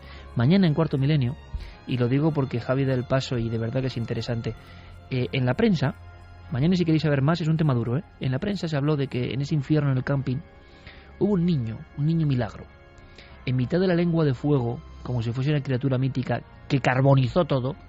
Hay un niño que no sabe lo que ha pasado, un niño de 10 años que yo creo que mira hacia el fuego sin entender nada, un niño que ha llegado a ver una bola de luz, una bola ígnea que está abrasando todo, a su familia, a sus amigos, a sus enseres, a todo lo que conoce, a su mundo. En un segundo, ¡plas!, su mundo se ha carbonizado, pero él está en mitad de todo ese fuego y nadie sabe por qué no le ha afectado. Mañana ese niño milagro que no es leyenda en el plató de Cuarto Milenio. Historias de ese mismo día, cuando un camión cisterna estalla de alguna forma en la carretera. ¿Os imagináis una familia entera en otro edificio? Esa pobre familia cuyos miembros, desde una niña hasta la madre, y la madre limpiaban, se dedicaban a la limpieza. Una discoteca, una humilde discoteca de carretera, y que una pieza del camión entre y mate a todos al mismo tiempo. Es que pasan cosas, el resumen es: pasan cosas increíbles todos los días. Y de lo único que puede sacarse algo positivo es: valora tu vida, ¿no? Valora tu vida. No la malgastes con idioteces, ¿no? Valora tu vida, porque nos la dan como un regalo y no sabemos nunca, y es la verdad, cuándo ese regalo va a ser desenvuelto, ¿no? Es un regalo importante y hay que conservarlo. Por cierto, otro regalo es saber que en la telepatía se avanza. Hay logros, dicen, aseguran. Esta semana también, siempre actualidad en Milenio 3. ¿Qué ha pasado? Pues sí, un equipo de científicos ha logrado que 2 ratas se comuniquen. Las ratas, además, estaban una en la Universidad de Duke, en Carolina del Norte, y otra en el Centro de Neurociencia de Natal, en Brasil. Tú fíjate la distancia que hay. Bueno, pues a las 2 ratas, a ambas... Estaban separadas en esa distancia de miles de kilómetros. Sí. A una de las ratas, la que está en América, por decirlo así, se les ha enseñado a pulsar una tecla cuando se enciende una luz y entonces recibe un poco de agua. Su actividad cerebral, que tenía una especie de microchips en el cerebro, al igual que la otra, es grabada por medio de esos electrodos que les implantan, además en un área muy específica, área que procesa la información táctil. Y entonces, después de grabar ese acto, ese pensamiento que ha tenido la rata americana, se lo implantan a la rata de Brasil. Y la rata de Brasil... Norteamérica y Sudamérica, para entendernos. Exactamente. Y la rata brasileña lo que hace es el mismo acto. Lo repiten en 10 ocasiones y 7 de esas ocasiones se acierta. Con lo cual dicen que la telepatía es efectiva. Experimento Brasil y Norteamérica, 2 ratas y transmisión del pensamiento. Ojalá no acabe en un bluff, ojalá esto no el vídeo además se demuestra, se ve perfectamente cómo están grabando a las 2 ratas en el mismo momento, en el mismo segundo, y cómo se transmite la información y cómo ellas dan con al personal botoncito. Científico. Sí, personal científico. Bueno, pues estoy hablando de la Universidad de Duke, en Carolina del Norte. Hombre, la Universidad de Duke, que es la primera que investigó el fenómeno paranormal en el mundo. Y el Centro de Neurociencias de Natal, en Brasil. Bueno, la Universidad de Duke, que es la primera universidad del mundo, con Joseph Virine, que investiga la telepatía. Qué curioso, seguiremos investigando, esto es interesantísimo. Vamos ahora, bueno, hoy sí que ha habido un créalo, ¿no? Contamos esto del tipo que estaba dormido y aparece un abismo y se lo lleva y no lo hubiese dicho, falso. Eso lo decían en el Twitter. Dice, me llega a decir Diego Marañón, un tío que se lo traga a la tierra, y digo, historia falsa. Diego Marañón, vamos para allá.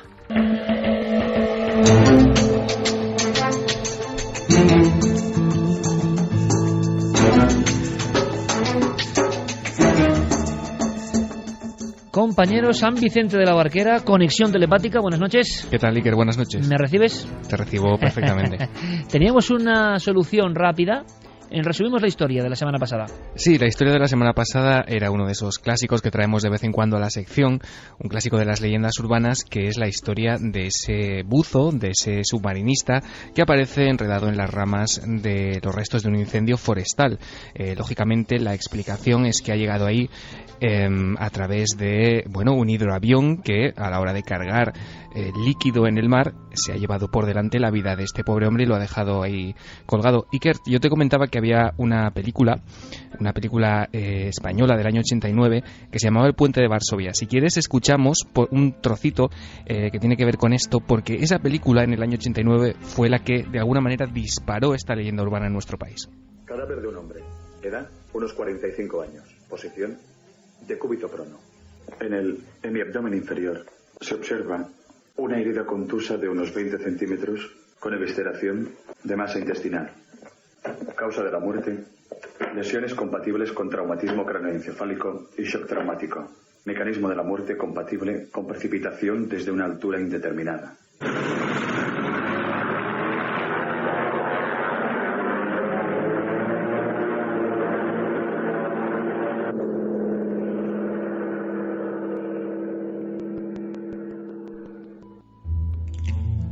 Un accidente extraño, demasiado extraño.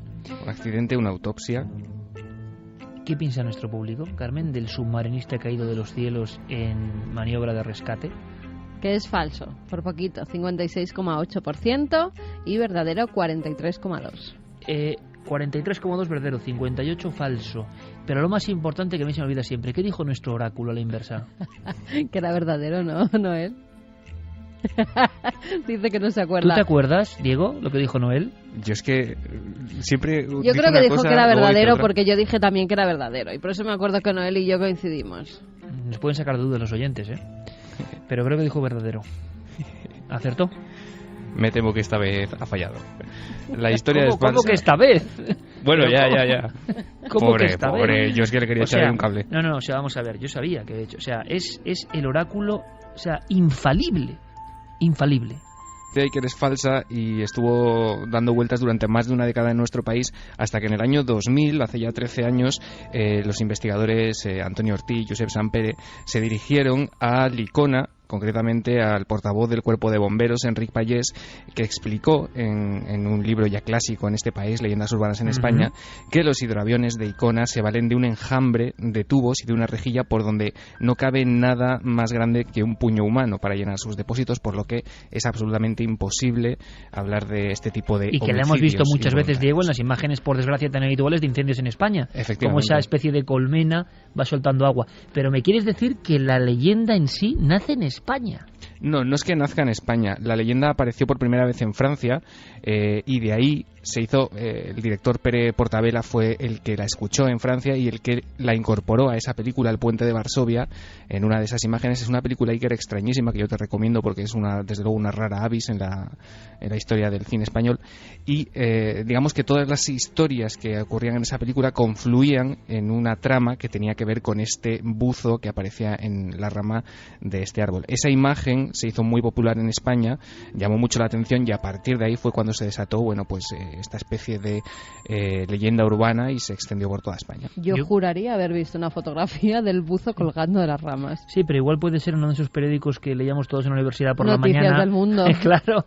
Estaba a punto de decirlo porque creo que sí. Claro, es que dices, esa fotografía Noticias del Mundo. Solo puede estar en esa especie de caso bizarro que existía.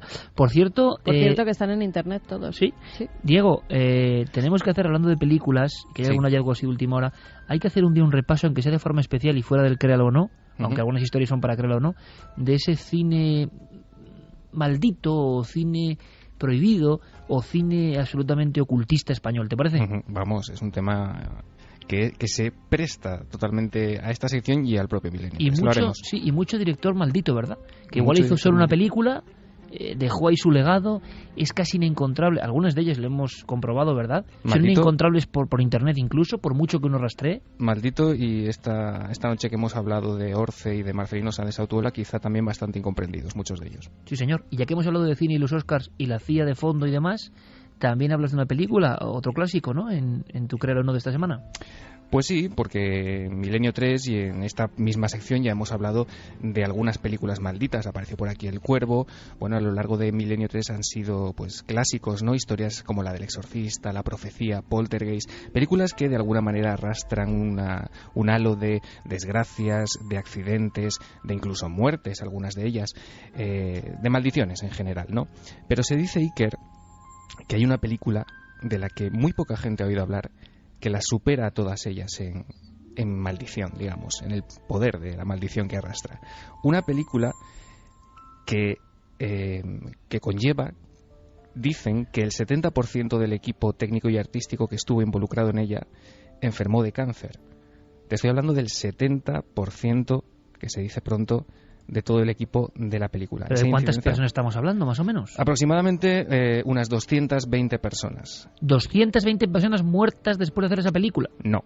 220 personas involucradas en la película y de ellas el 70%, alrededor de 150 más o menos, enfermas de cáncer. Y esa cifra incluye los que murieron de la enfermedad, los que actualmente siguen enfermos y los que, dicen, tratados a tiempo, se curaron. Pero el 70% de ese equipo enfermó de cáncer. Bueno, que es una estadística imposible, vamos. Bueno, realmente. Es una incidencia que es más de 4 veces superior a la de la población de Norteamérica. Hicieron esa película y a raíz de ese momento la maldición, de alguna forma. Sí, y ¿no? además, no solo eso, sino que el productor de la película, Iker Cuentan, entregó, asustado, ¿no?, por estas consecuencias que tuvo el rodaje de esta película, entregó $12 millones a sus abogados para que recuperaran los negativos y todas las copias de esta película. A partir de entonces, él mismo se encargó de censurarla, de que no pudiera ser visualizada prácticamente por nadie más que él mismo, y se dice que este productor Iker pasó los últimos años de su vida recluido, solo, en una gigantesca mansión, y que cuando lo encontraron muerto, solo, el rollo que estaba colocado en su proyector privado era precisamente el de esta película. Wow, vaya historión, vaya escena, tremenda. Directamente, que hablábamos de que el Vaticano, esta noche hemos descubierto que el Vaticano está en una loma, evidentemente con oráculo etrusco debajo, con lugar mágico y hermético y ocultista. Así que preguntamos al oráculo, ¿no? Esta es una especie de semiesfera. No, pero apuntad, apuntad. Sí, por supuesto. Esta es, sí, parece un poco la columna, te iba a decir, de San Pedro, ¿no? Pero tiene una imagen así de esfera, con todo el respeto, de semiesfera, y al fondo está el gran oráculo, ¿no? Hay que colgar una foto de Noel en los mandos por las redes sociales para que la gente ya se vaya identificando, ¿no?, con nuestro personaje digno de un créalo, ¿no?, mago de los sonidos. Oráculo. Falsa, por supuesto, falsa. Absolutamente falsa. Claro, esto va a condicionar el voto. Es que ya, o sea, si Noel Calero dice falso, además lo he dicho, a mí me gusta mucho, dice porque falso, yo digo verdadero. No, porque es que no duda. O sea, Noel no es que piense, reflexione, ¿no? Él es a bocajarro, o sea, como cuando ponen las músicas, no me avisa y ¡pum!, lanza ahí un mortero musical, ¿no? Pues ahora dice que falso, no tiene la menor duda. Lleva muchos años en Milenio 3. Sabe ya de sobra cuando una historia tiene elementos para decir falso o verdadero. Falso. Que quede grabado, por favor. Me lo voy a apuntar yo aquí. 1353, oráculo etrusco del siglo XXI, falso. Lo resolveremos en 7 días, Diego. Por supuesto. La historia del agujero, por cierto, digna de esta sección, por desgracia, porque hay una vida humana en medio, pero que se demuestra que los hechos forteanos de alguna forma siguen ocurriendo, ¿eh? Pues con todo el respeto, porque ha muerto una persona, te digo que si lo llevo a pillar, desde luego que es materia de esta sección. Parece un abrazo, compañero. Lo de las y una formas de morir que no te lo extrañas, crees. que no te Desde lo crees luego que y son tremendas. Buena semana, Diego. Gracias. Venga, Beso, chao. Más en Tarragona, en un pueblo concreto, Javier, nos llega una información de esta misma semana. Se hizo de día en mitad de la noche, un extraño o doble resplandor, los perros gritando. Hay un poco de confusión. Decimos el pueblo por si alguien puede informarnos más. Sí, parece ser que esto ocurrió en Cornudella de Montsant, en Tarragona. Fue en la noche del martes al miércoles, martes 26 de febrero. A eso de las 5 de la madrugada es cuando de repente todos los perros de la localidad se despiertan alterados, empiezan a ladrar, despiertan a la gente del pueblo, y es entonces cuando, según esta información que nos ha llegado a través de un periodista de la zona, muchas personas salen de sus casas y completamente extrañados porque descubren que se ha hecho de día en medio de la madrugada. El fenómeno dicen que dura unos 30 segundos aproximadamente y que llegan a verlo alguno de esos 1000 habitantes que hay en el pueblo, pues alguno de ellos llega a ser testigo directo de todo esto. Nosotros no podemos ni quitar ni poner, simplemente hemos intentado investigar, nos hemos encontrado con ciertas dificultades, con informaciones también de qué eso ha ocurrido. Si sabéis algo, vías de contacto abiertas como siempre, y nuestros investigadores, todos nosotros, estaremos muy atentos, quizás sea otra señal, quién sabe. Nos manda un mensaje así como creo que la cosa. Guillermo León es un crack, lo sabemos y lo sabéis, aunque no exista. Guillermo León y su existencia. Un robot, un ciberrobot, un cyborg de la NASA o de la SANA. ¿Existe o no Guillermo León? ¿Alguien le ha visto alguna vez? Dice Noel Calero ha sido... No existe. No, el calor además no dice sí o no, hace el gesto sí, y ya como está. en los circos Y romanos, dedo para arriba o dedo para abajo. Es el Nerón de este equipo. Begoña Seijo dice: un capítulo de CSI Las Vegas mostraba un caso de un buzo que aparecía en un árbol y era esta historia. Gabriela da Milano: el tema de los hoyos en la Tierra me hace recordar un libro de Isaac Asimov que se llamaba Las amenazas de nuestro mundo, que leí hacia los años 80. Describía, entre otras cosas, lo que sucedería si un mini agujero negro fuera horadando lentamente la Tierra hasta que quedara como si fuera un queso. Qué terrible. Otra de esas profecías. Borja Fernández: esa grabación de televisión fue algo increíble que dio la vuelta al mundo. Esas imágenes no las olvidaré nunca, jamás. La niña hablando para televisión española atrapada en el agua y con su madre debajo de ella fallecida. La niña murió pocas horas después. Fue algo de verdad que tocó a todo el mundo. Omaira, ninguno de los que hayamos visto esas imágenes podemos olvidarlas, pero es la tragedia de Armero, que luego aquí años después comentamos con nuestro compañero Carlos Largo, un reportaje muy interesante de cómo pasaban cosas en Armero hoy, que es un auténtico cementerio en mitad de la lava seca de aquel y del barro, y donde muchas personas aseguran que se ven cosas escalofriantes, ¿no? Ismael y Leira Santiago dice: lo del hoyo es increíble, un verdadero misterio. ¿Habrá sido casualidad?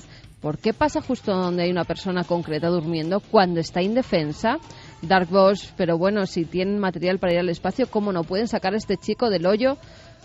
Con lo fácil que sería, también, ¿no? También uno lo piensa, evidentemente, ¿no? Sí, y bueno, y además es que se ha aceptado ya prácticamente que está muerto, porque sí, ya de lo dan hecho, por muerto. Dicen, claro, ya vamos a buscar el cadáver. Bueno, a veces ha habido milagros, de personas que llevan 7 días ahí con vida y sobreviven. El problema es que el alcalde ha decretado ya que se suspenda la búsqueda directamente de esta persona hasta que un poco rápido el alcalde, ¿no? Sí, hasta que consigan tirar todo. Vamos a dar la bienvenida a un nuevo milenario. En contraste, Nos lo ¿no? pide Jennifer, un nuevo milenario que se llama Marco, que es su segundo hijo, que ahora los dos escuchan el programa pues mientras le toca la toma de la noche, que le gustó mucho lo de vida tóxica y que iba a reutilizar los biberones de su primer hijo, de Daniel, pero como son de 2011, que por si acaso ha decidido tirarlos todos y quedarse únicamente con uno de cristal. Toda precaución es poca. Con la salud de nuestros hijos. Pues sí, la verdad es que sí.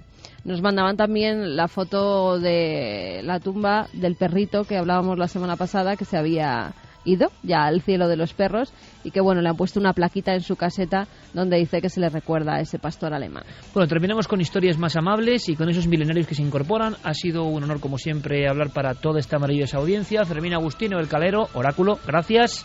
Javier, mañana nos vemos con esa historia increíble, con ese niño milagro que perdió todo, pero que, cuidado, nos va a enseñar también la fuerza de la mente, cómo alguien supera eso, perder a su familia, a sus amigos, a todo, con una lengua de fuego que llega, ¿no? Pues lo aprenderemos mañana y muchas más cosas, porque Javier Pérez Campos tiene un pelotazo, una gran exclusiva. Mañana no solo es Noche en el Prado, sino también eso y mucho más. Gracias, Javi. Mañana nos vemos, Iker. Claro que sí. Mañana nos vemos. Sí, yo creo que sí, por ahí estaré. Y lo del Prado, a ver cómo queda y a ver cómo disfrutamos y a ver si, sobre todo vosotros, amigos oyentes, paséis una muy feliz semana. Un fuerte abrazo.